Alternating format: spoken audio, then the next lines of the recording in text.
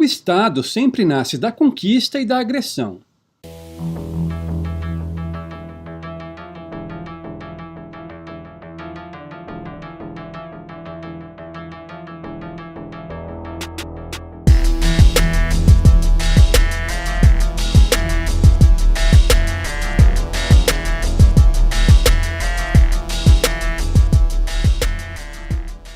Durante séculos, intelectuais propagaram o mito de que o Estado é um instrumento voluntário da sociedade. Essencial para esse mito é a ideia de que o Estado apareceu de forma voluntária, ou pelo menos natural, surgindo organicamente das necessidades da sociedade.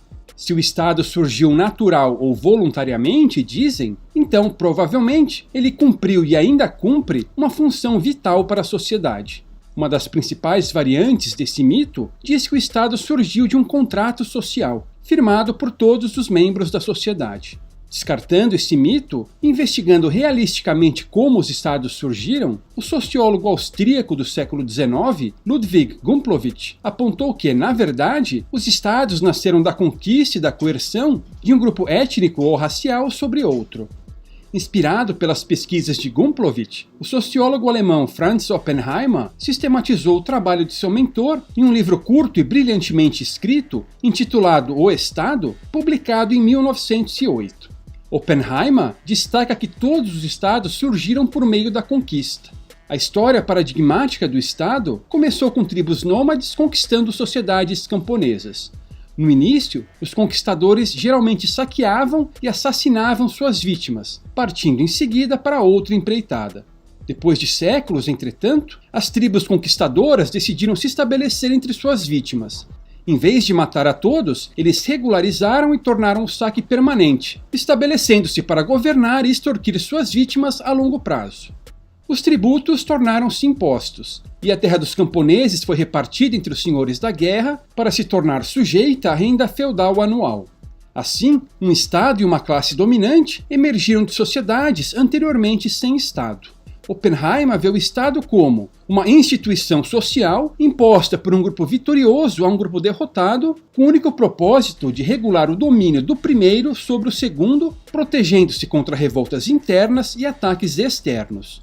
O domínio não tinha outro propósito senão a exploração econômica dos vencidos pelos vencedores. Oppenheimer, então, passa a mostrar as atitudes e as ideias da classe dominante que emergiram da tentativa dos conquistadores de impor seu domínio explorador sobre seus súditos. Oppenheimer define o Estado como uma instituição parasitária e antissocial. Ele aponta que existem duas, e apenas duas, maneiras pelas quais os homens podem adquirir renda e riqueza.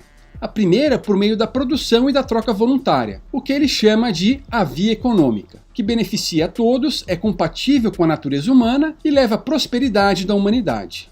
A segunda é por meio do roubo, do saque, da coerção e da expropriação da produção de outras pessoas, o que ele chama de a via política, que viola a natureza do homem, impõe um fardo paralisante às vítimas e diminui tanto a produção quanto o crescimento econômico.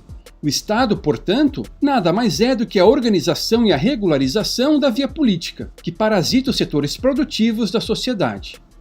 Em contraste com as teorias marxistas da classe dominante, que considera o capitalista como explorador dos trabalhadores que contrata, Oppenheimer demonstra que a classe dominante é qualquer grupo que tenha conseguido capturar o aparelho coercitivo do Estado, tornando-se capaz de subjugar toda a sociedade. A história e a análise de Oppenheimer estão entre as críticas mais devastadoras e completas do Estado já feitas. Uma questão importante para nós é como a análise histórica de Oppenheimer sobre a origem do Estado se mantém depois de todas essas décadas? A resposta é: muito bem, obrigado. Ainda hoje, suas ideias se mantêm pertinentes. Basta olharmos à nossa volta. A análise das duas únicas vias possíveis, a via econômica e a via política, é atemporal e está correta. Quanto à origem do Estado, as últimas pesquisas antropológicas modificaram, mas não mudaram, a essência da teoria da conquista. Segundo tais pesquisas, em alguns casos, estados surgiram não por uma tribo totalmente diferente conquistando outra, mas sim por aldeias centrais conquistando aldeias periféricas de uma mesma tribo. Nesse caso, conforme a população das aldeias centrais crescia e a demanda por recursos aumentava, mais regras e tributos eram impostos às aldeias periféricas. De todo modo, mesmo nesse caso, a visão de Oppenheimer de o Estado sempre emergindo da conquista e da agressão permanece solidamente intacta. Hoje sabemos, mais do que nunca, que nenhum Estado jamais emergiu da família ou de um contrato social.